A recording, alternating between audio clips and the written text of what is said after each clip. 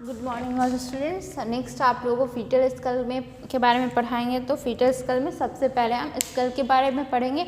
School क्या होता है? शरीर की संरचना में स्कल यानी खोपड़ी महत्वपूर्ण भाग होते हैं, क्योंकि यह क्रेनियल कैविटी का निर्माण करते हैं जिसमें मस्तिष्क सुरक्षित अवस्था में रहते हैं। ठीक है, तो हम आप लोग को फर्स्ट ईयर में आप लोग पढ़े होंगे कि स्कल जो है वो क्रेनियल बोन और फेशियल बोन दोनों से मिलकर के स्कल बोन बनते हैं।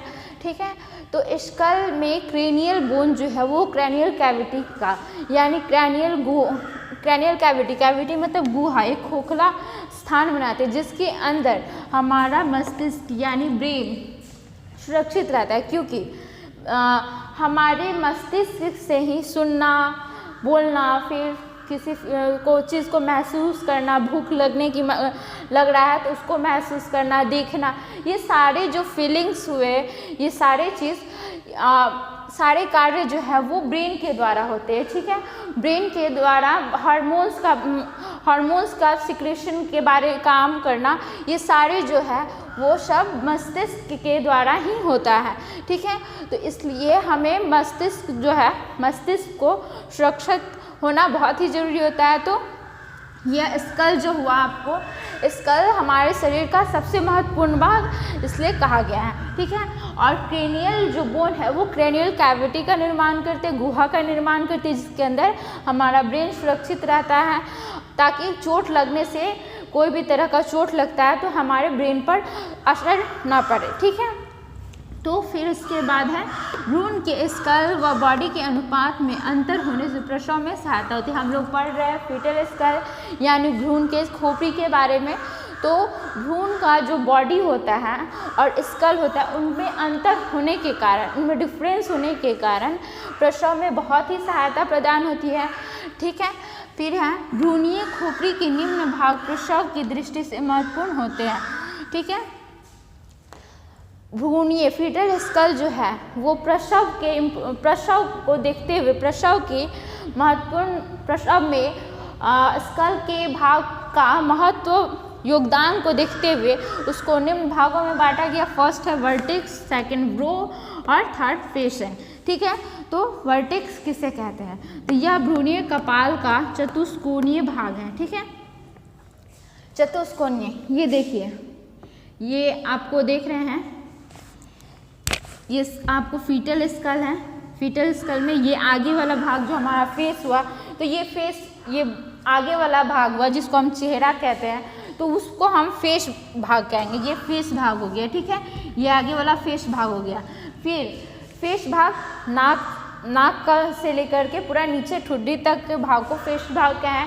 फिर आईब्रो रीजन से लेकर के पूरा हमारा क्रेनियल बोन 8 बोन से मिलकर बना होता है। तो उसमें होता है फ्रंटल, होता है टेम्पोरल, होता है पैरिटल, होता है ऑक्सीपिटल होता है।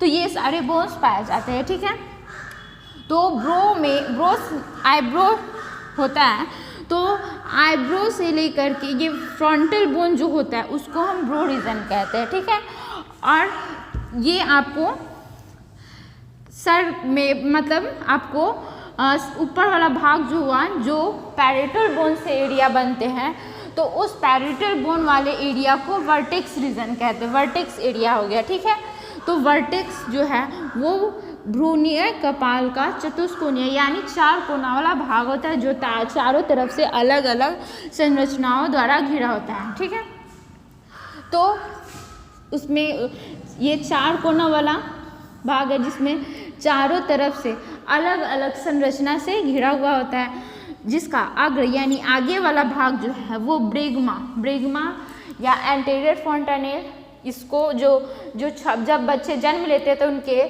सर के ऊपर पल्पल टाइप हो रहता है, तो उसको हम कहते हैं फोंटानेल होता है।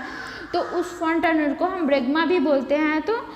तो आगे वाला वर्टेक्स का आगे वाला भाग जो होता है वो ब्रेगमा या फिर एंटीरियर फोंटानेल कहेंगे, या और कोरोनल सूचर द्वारा बना होता है। कोरोनल सूचर यानी आपको पैरेटल बोन का जब दोनों आपस में जुड़ते हैं तो उसको कहा जाता है कोरोनल सूचर, ठीक है ना।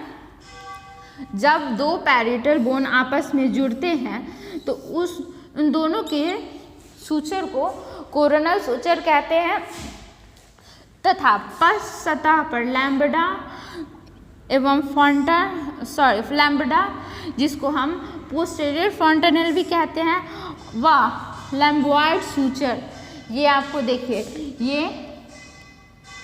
ये लैम्बॉयड सूचर हुआ और ये आपको लैम्ब्डा हुआ, यानी पोस्टीरियर, यानी बच्चे में दो फॉन्टेनल पाए जाते हैं, एक ऊपर में और एक पीछे में पाए जाते हैं, जो कि आपको पीछे वाले पीछे वाले फॉन्टेनल जो होते हैं वो 1.5 मंथ में ख़त्म हो जाते हैं और जो ऊपर वाले होते हैं, आगे वाले फॉन्टेनल होते हैं, वो आपको 1.5 साल में ख़त्म होते हैं। तो ये वर्टेक्स का आगे वाला भाग ब्रैगमा व कोरोनल सूचर से बना होता है और दूसरा पीछे वाला भाग जो है वो लैम्ब्डा, जिसको हम पोस्टीरियर फॉन्टेनल भी कह सकते हैं, व लैम्बॉयड सूचर।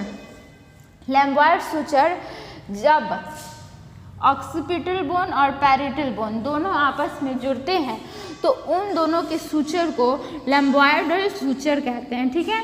तो आपको हो गया वर्टेक्स का आगे और पीछे वाला भाग किस चीज़ से बना होता है, ये आप किन संरचनाओं से बना होता है तो वो आप पढ़ लिया। अब फिर है साइड, तो दोनों साइड वर्टेक्स का दोनों साइड जो होता है वो पैरिटल इमिनेंस से गुजरने वाली रेखा जो होती है उसके द्वारा घिरा हुआ होता है। फिर है नेक्स्ट आप लोग को ब्रो और फिश है, ये आपको नेक्स्ट अगले क्लास में बताया जाएगा।